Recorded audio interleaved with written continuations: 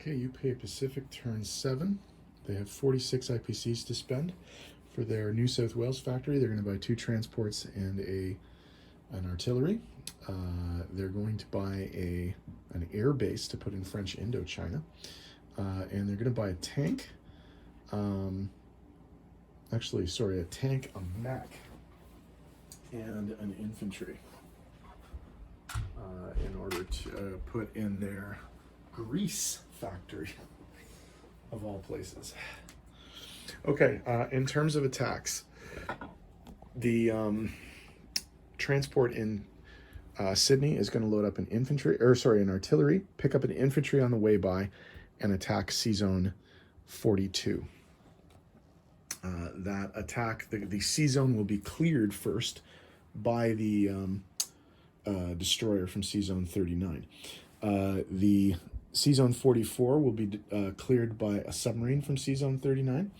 And we will be attacking Hainan and the Japanese naval base there with 2 infantry from Calcutta, which will be coming around this way. We're also going to hit Guangxi with 2 infantry and a tank, and the fighter plane from Malaya. We're also going to hit Hunan with an infantry and the fighter and attack bomber from Yunnan. So we'll see what happens with that. Over here in the Atlantic, or on the Atlantic side of the board anyway, in Greece, the 2 artillery are going to hit Albania, and then the infantry from Bulgaria and the fighter from Greece are going to hit Romania to see if they can't take that. So we'll see how that goes. So let's roll some dice. Okay, this is a 50-50 shot. The 2 artillery at 2. Both misses against an infantry and an artillery. Both misses.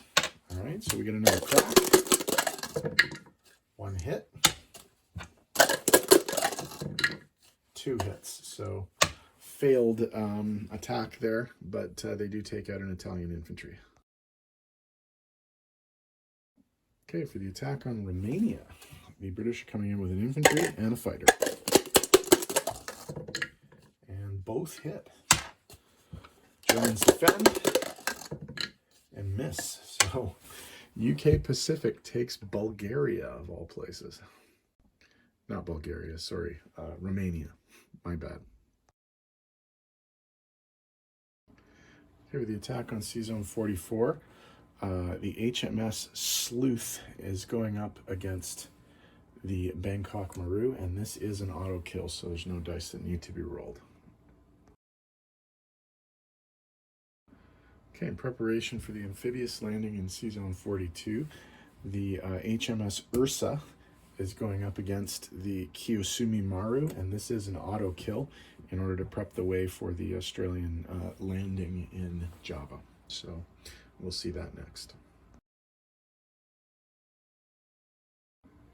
Okay, for the amphibious landing in Java, the Aussies are landing with an infantry and an artillery. And they missed with both. Japanese defend and miss, so the Aussies have another chance. And they hit both of them, so. And miss, so no casualties for the Australian forces there. Okay, for the attack on Guangxi, we have 2 infantry at 1 tank, and 1 fighter. 3 hits, so they only needed 2, so the territory's clear. Japan defends and hits with the mechanized infantry, so the Brits lose 1 infantry to take that territory. Okay, for the attack on Hunan, Brits are coming in with an infantry, fighter, and a tactical bomber. 2 hits, so they killed what they needed to kill. And they don't actually need to worry about taking the territory here, which is good because they're not going to. They lost the infantry. So cleared the territory but did not take it.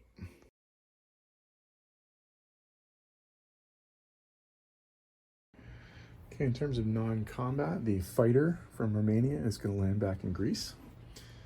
And then over here in the Pacific, the 2 infantry and 1 anti-aircraft are going to move from India to Burma. The 2 infantry and 1 anti-aircraft from Malaya are going to move up to Shan State. The mech from Shan State is going to move up to Yunnan.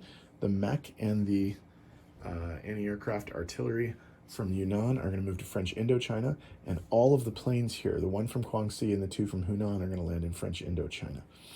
I think that's all the movement. So let me tidy up and we'll come back with placement and money. Okay, placement of new units. The 2 mechs, the mech, the tank, and the infantry are going into Greece. The new air base is going to be in French Indochina, and the 2 transports and artillery are going to go into Sydney. In terms of income adjustments, the Japanese lose 4, and the UK Pacific gain 4 for Java. Japanese don't lose any money, but UK Pacific gains Hainan. And then over here, the Germans are going to lose 3, and the UK Pacific will pick up 3 for Romania. So there's quite a lot going on there. Okay, so UK Pacific ends up +7. So they go from 28 to 35.